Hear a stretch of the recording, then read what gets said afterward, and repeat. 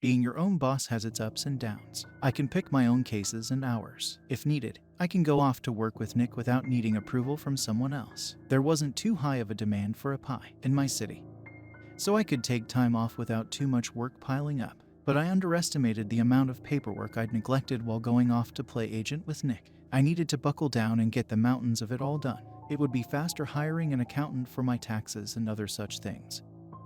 But the habit of being cheap when I didn't have money to toss around still remained. I sat in my office away from the distractions of my apartment trying to get through everything I've neglected to file for months. It was tempting to turn my phone off, but I kept it on vibrate in case Nick called for something. A few hours in, I was desperate for anything to take my attention away from my real job. The distraction came as a knock on my office door. Normally my jobs came through my phone. No one ever showed up to my office unless I was expecting them. I wondered if it was the landlord and panicked, thinking I had somehow forgotten to pay rent that month.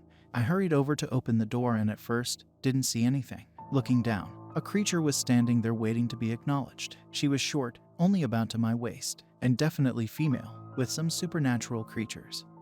Gender was a murky thing and almost impossible to determine at first glance. My face flushed looking down at her because she was not wearing a top. Instead, her hair was styled in two massive braids that covered her chest. I honestly hoped those braids didn't shift, or else I may not be able to remain professional. "May I come in?" she asked, her face tilted upwards. I nodded nervously, standing aside to let the little creature in. From how her body was, she logically shouldn't be able to stay balanced. She was very well rounded. Somehow all of her important features filled out, and yet her waist was fairly small. Her legs should not be able to support such a top-heavy body. They were very thin at the ankles and feet about the same shape and size as cat paws. She patted over to a chair and carefully lifted her small body up into it with grace and practice. It was clear she was adjusted to being in a world where nearly everything was made for someone much larger than herself. Her hair was a dark green, almost mossy. It reached the ground, and I swear it was magic. Somehow it kept her back covered as she moved. The only clothing she wore was a square piece of cloth hanging down around her waist that also magically kept her covered even while she lifted herself onto the chair.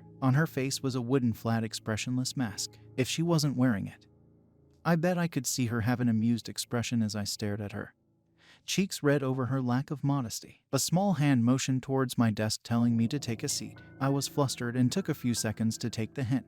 After I sat down, she started on the reason why she was there. "My name is Fenia. I work as a receptionist for the mail company," she started, pausing. She took a long wooden pipe she'd been using as a hairpiece. She asked if she could smoke, and I gave her permission. The bottom half of her mask came off, revealing a normal face except for a mouth of sharp teeth. Nearly all supernatural creatures own pointed teeth made for ripping apart flesh. I never asked what Abarash was, and she looked fairly human until I noticed how sharp her canines were. Even after dealing with so many creatures, the sight of those teeth still unnerved me. Putting all that aside, I thought I heard about mailmen before, but never realized it could be a service for creatures of the night.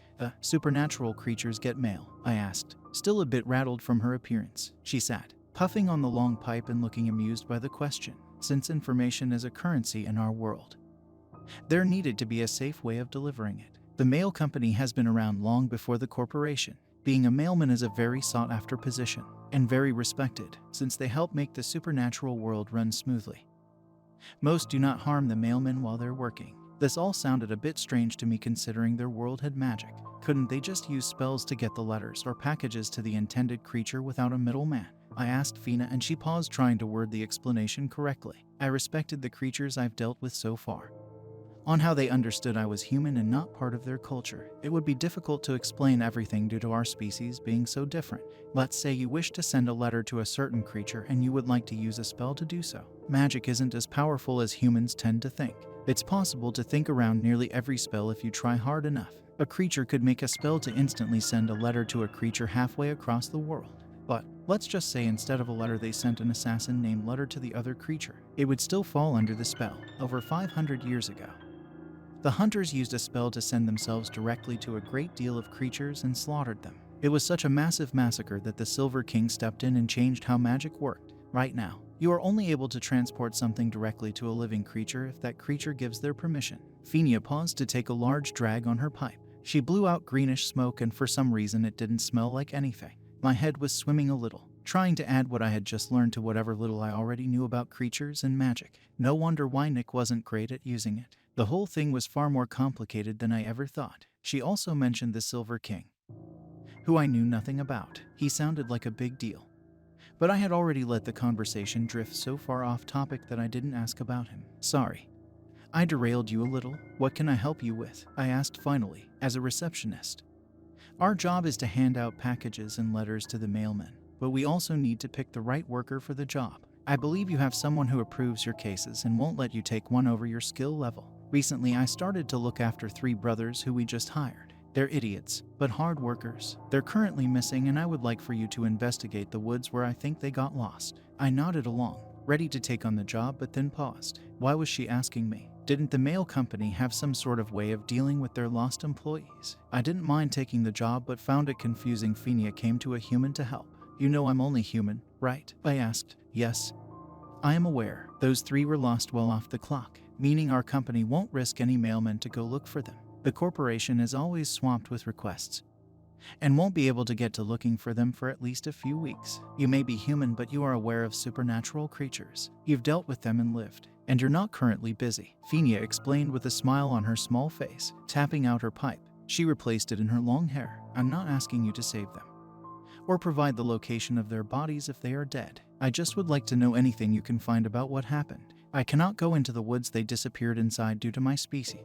The moss that grows there makes my race very ill. If I touch it by accident, I may die if I don't receive treatment fast enough. Now that explained, know it. She appeared to be the cool and collected type. Crossing her legs, she replaced the bottom half of her mask, but she wasn't as relaxed as she appeared. I felt as if she was actually very worried about those 3. Instead of waiting, she did something desperate and approached the only person who was available to at least try and find out if they had died or not. If you're able to get me to outside the woods where they disappeared, I'll have no problem finding whatever I can for you, I said as I stood up from my desk, ready to get started. We should discuss the payment for this job, Phinia said. I shrugged, not knowing what to ask for. I doubted Phinia owned human currency. I still wasn't certain what I should ask for when it came to doing jobs for creatures. I was trying to think of something, distracted, when Phinia slightly lifted one of her braids. When I noticed, I quickly looked away, my face flushing again. I do dislike engaging with humans, but I've heard males of your species greatly enjoys body types like my own. I can suffer through an hour or so if you... No, not that. No thank you. I cut her off, shaking my head and raising my hands. I was never going to exchange work for something like that. It was an easy thing for creatures to offer, so I had a feeling this situation would come up again. I glanced over at my new client, unsure of how I felt. She was pretty, but so small. I couldn't imagine anyone being attracted to her in that way because she was the same height as a child.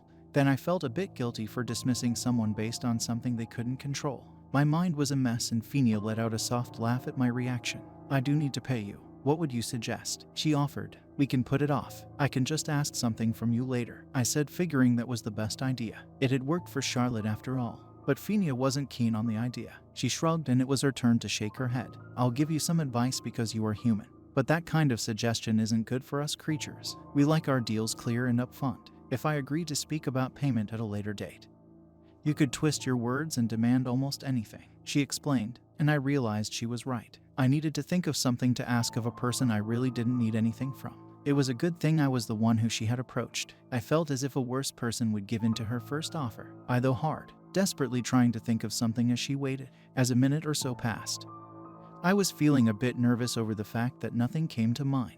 I heard her laugh again at my troubles. You're an honest human. I'll trust you to ask for payment after the job is completed. I let out a sigh of relief. I could put this off for a short while longer. With that cleared up, I started to get ready to leave. I told Phinia I would need some supplies from my place. Going out into the woods without anything was a bad idea. My talents weren't exactly outdoorsy. I should at least pack a bag with water and food for the trip. After all, 3 supernatural mailmen disappeared in those woods. Whatever happened to them may be too much for a human like myself to handle. Phinia agreed. She waited back at my office until I got ready. When I returned, I had a backpack and comfy hiking shoes. She'd drawn a circle spell in the middle of my office floor to transport us. Luckily for me, those spells disappear after they're used, or else my landlord would have some words. After I stepped inside the circle, it felt as if I missed the last step.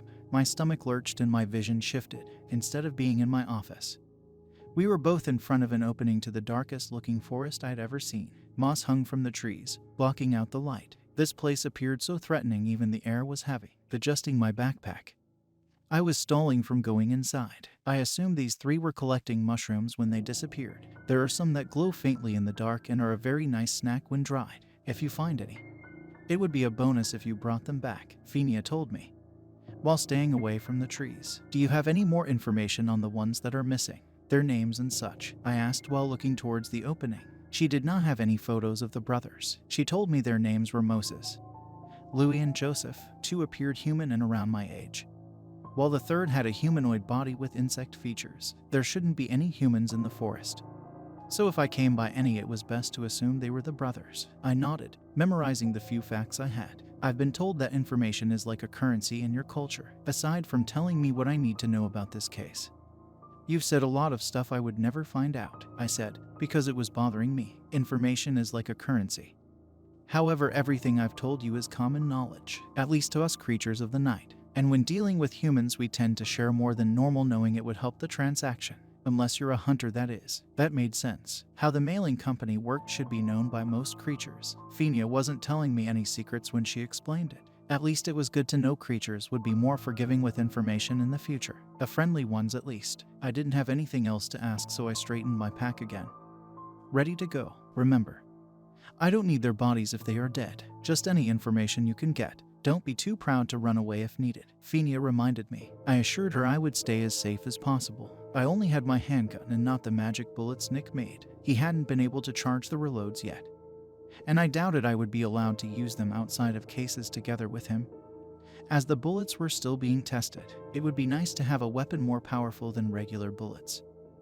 But I couldn't risk using an overpowered one either. As I walked into the dark forest, all sounds dulled. It smelled earthy, but with a hint of rot at the same time. This place was really bad news and I shouldn't stay here for too long. I gave Fenia one more glance over my shoulder, then made my way deeper along the trail into the woods. After what happened with the witch, I swore I never wanted to go inside a forest again, and yet I was doing a favor for a creature. I almost needed a flashlight to see in the gloomy place. Anything could jump out and I would be unaware. No wonder 3 supernatural creatures got lost in here. After an hour of walking, the trail became overgrown to the point it disappeared altogether. I would need to walk deeper into the woods. I paused to tie a piece of ribbon to a mossy tree branch. I needed a trail back, and this was the best thing I could think of other than using spray paint, which I did not have time to buy. A dollar store was near my place, so I went with the ribbon instead of wasting time on a trip to a bigger store. The progress was slow. I made certain I was making a clear trail back, all while keeping my eye out for whatever happened to the 3 brothers. Just as I felt as if I was on a hopeless mission,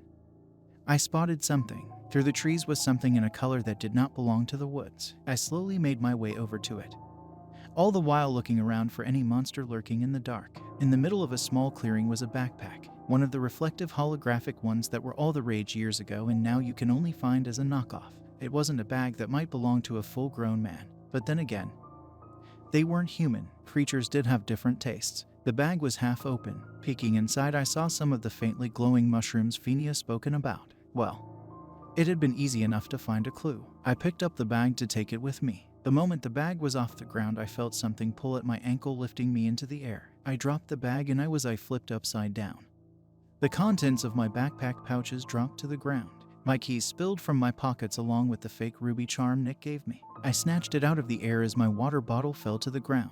I was not going to lose the only gift Nick had given me because I was stupid enough to get caught in a trap. Swinging very painfully from one ankle, I stared at the ground trying to think of what to do. If I was careful, I could get the scissors I'd used to cut the ribbon from my bag and get myself free. It would suck falling to the ground, but at least it appeared soft. The task was a slow and painful one. It took more strength than I owned to curl up and reach my ankle after I'd gotten the scissors. At least the rope looped around my ankle wasn't that strong. Sweating from the effort, I paused because of how much pain my stomach was in. I'd only cut through half the rope, but that was enough. My body weight did the rest. With a snapping sound, I fell hard to the ground. It was not as soft as it looked. The fall knocked my wind from my lungs. I felt like I was dying for a few seconds. I wanted to curse out whoever set that trap.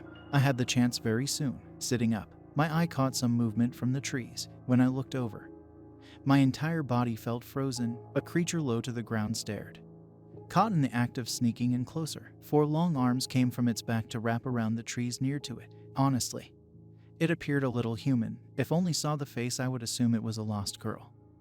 Hair dirty and tangled from being in the woods for days. The sunken black eyes didn't blink as we sat in a standoff. Unable to think of anything else, I ran, my pack slamming on my back with every step. I made the mistake of looking behind me just to see the creature coming after on all of its arms, looking very much like a spider moving along the forest floor. Oh, fuck that. I was very motivated to run even faster. Since starting to work with Nick, I'd tried to get my stamina up. But I couldn't stand a chance against something with extra arms to run on. While on its home turf, there was no way to outrun this thing. I stumbled to a stop to make a stand, my hands as steady as possible in that situation. I withdrew my weapon, waiting for my shot. The creature came barreling towards me. When it was about a foot away, I started to unload as many bullets as possible into its face. It didn't even slow the monster down. The thing crashed into me, sending my body flying. I rolled to a stop, in pain, my clothing torn. The monster didn't let me recover. It scurried over and with its forearms wrapped a hand-woven rope around my arms, pinning them to my body. I couldn't think of anything to save myself. If this thing was only tying me up, then it may wait to kill me later. During that time, I could think of a way to get free, unable to do anything else. I let it tie me up, then drag my body along the mossy forest floor to who knows where. It felt like hours of being dragged along. The forest grew a little bit darker. We were either going deep into the woods where the moss blocked out the light, or the sun was setting. Finally, I was dumped near some moss-covered boulders and the creature scurried away somewhere else. Sitting up, I looked around where I was. The creature had woven the thick moss into a blanket to cover the area. It was dark, the only light coming from a nearly burned-out fire pit and those glowing mushrooms peeking through the boulder cracks. The creature also had a collection of animal bones it had fashioned into crude art sculptures around its small camp.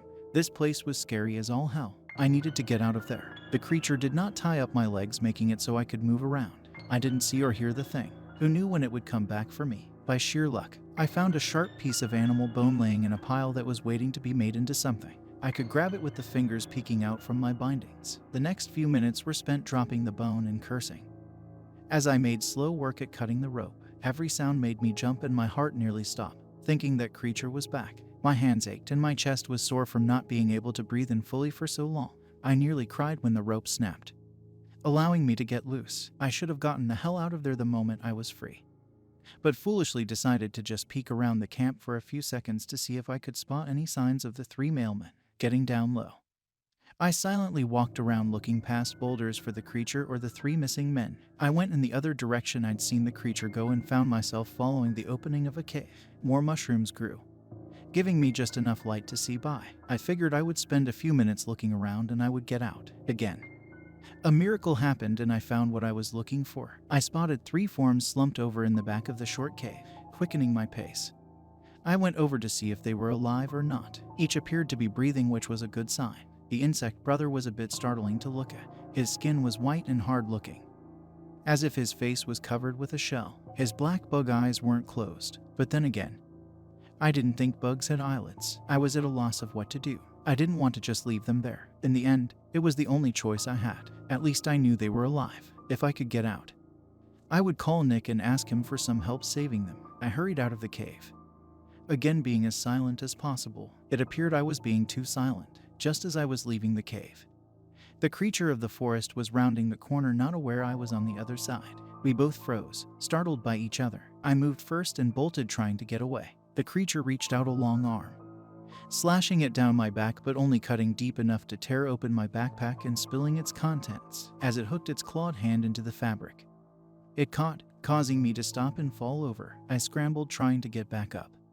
but my legs were shaking too hard. I was breathing so heavy my vision blurred. In that dark camp I was facing death. It only needed to raise one more hand to end my life. I fully expected it, my mind blank from fear. The creature had a hand inches away from my face when it paused. When my backpack was torn, all my food was scattered. A reflection of the wrappers caught the monster's eyes, distracting it for a moment. I stared, still scared to death, as the creature's attention was drawn away. A torn open chocolate granola bar was within reach. It snatched it up, sniffing the small piece of food and looking very interested. I watched, my horror fading to a manageable level as the monster shoved the entire thing in its mouth, torn wrapper and all. I could have run then, but I would only get a few seconds head start. Instead, my mind was racing as I watched the creature look for another granola bar. It learned the wrapper tasted awful on the second bar and started to tear it off whenever it found one. I had a full box inside my backpack. Before it finished off the box, I'd gotten an idea. I can get some more of those for you, I said in a trembling voice. I may have a plan, but I was still scared as hell. It paused, looking at me, eyes dark under tangled dirty hair. I didn't know if it could understand me, but I kept speaking.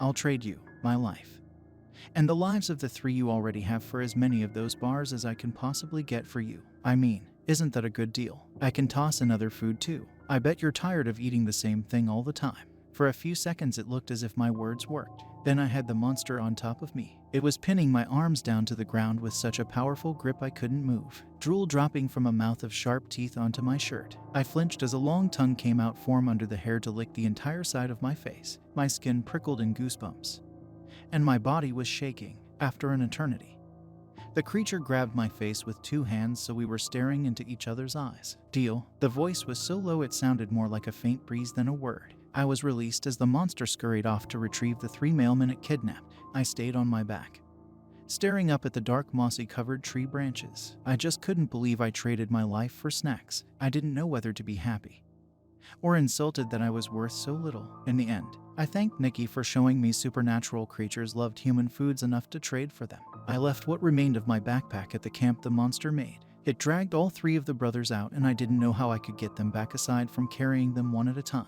The creature dealt with that problem. It started to draw a circle around us. It used a different language, but I could tell this was a spell. It was very fast at making it. In under a minute the monster had the spell finished and activated. I felt so dizzy I nearly fell over. The bright sunlight stung my eyes after being in the dark for so long. My new surroundings left me disoriented for a few seconds. The creature had dumped us outside the forest. It stayed between trees, watching us. I opened my mouth to say something when a voice I recognized called my name. To my surprise, Nick came running over with Fenia in tow. She rushed over to the still sleeping brothers as Nick stopped in front of me with a crease of worry on his face. Are you all right? You were gone for a week, he told me, and I stood shocked. That was impossible. It was a few hours at most. If I was really gone for that long, I would have starved to death. The 3 were slowly coming around. One sat up and Fenia started to berate them for being stupid enough for getting lost. Instead of getting angry, she was yelling at them. Once all 3 were awake, they piled in on her for a hug, each swearing about how sorry they were aside from their insect-like brother who simply chirped. I really wasn't gone for that long, was I? I asked, while watching the happy reunion. There are spots in the forest that mess with time. Who is watching us from the woods? Nick asked, not looking alarmed at the creature that was still staring at us. I gave him a very quick rundown of what happened and what I promised to get set free. Nick thought the creature I made a deal with may be a type of witch. He would know more about what kind if he looked it up. But right then we needed to figure out how to buy a lot of granola bars and get it over to the witch that spared my life. Nick surprised me when he said he could easily make it. He might need a second person helping to quicken the process if he was making a big batch. My eyes traveled down to Fenia, who stared back, her face hidden by a mask. I figured out something I could ask of her as payment. I only got close to the woods to tell the witch it might take a few hours, but I would be bringing what I owed her. I took her silence as approval. Her face still scared the hell out of me, and I would be glad to never have to see it again after I fulfilled my end of the bargain. Nick recruited Fenia's help. He overtook my kitchen because she couldn't go to his house. Mine was small compared to his. There were a lot of things I never thought I would ever do. Baking granola bars for 2 days straight, running on very little sleep in order to feed a creepy and human forest witch was something I would never have even considered. Thankfully, we finally finished the last batch. As we unloaded the last of the bars, the witch took them with her long arms while staying in the dark forest. This is enough. Make more if you are alive when I wake. Her voice again was so soft that I wasn't certain I heard it. She took her prize deeper into the woods and I collapsed against a tree with a loud sigh. Nick was with me and looked down wondering if I was all right. I believe that witch is the type to drain the energy from living creatures then sleep for 100 years. She invades nightmares and mostly lives and dreams. What we gave her is mostly junk food. She'll be awake in 50 years or so asking for more, Nick explained. I didn't know when he had the time to find out what we were dealing with while working in my kitchen for 2 days. Then again, he might have had the information hidden away in one of the notebooks he always carried. I guess I'll deal with that when it happens, I replied. At this rate, I wouldn't last 50 more years. I'd barely got by in this job. Looking back, I really don't know how I've lasted as long as I have. Still, all of this wasn't enough to convince me to stop taking cases that dealt with supernatural creatures. How come you accepted this job? aren't you a private detective for humans?" Nick asked, which was very understandable. I had the spare time and felt like helping out. I don't mind accepting jobs like these, but I should really get a special weapon. Maybe I can ask Matthew to make me something. I trailed off, thinking about the now ex-hunter who almost killed me the last time I had accepted a case directly from a supernatural creature. I felt eyes on me. Looking up, I met Nick's as he stared down. Not knowing who Matthew was, it occurred to me I had never actually told him about Charlotte's case. I might have mentioned her name in past text messages, but never told him what happened. As I explained, he slowly started to sit next to me with his eyes staring forwards. It was only until after I finished speaking and Nick didn't reply I realized he was freaking out. Not once, but twice I had accepted a supernatural client and nearly died. Nick was too busy to help and nearly lost his friend.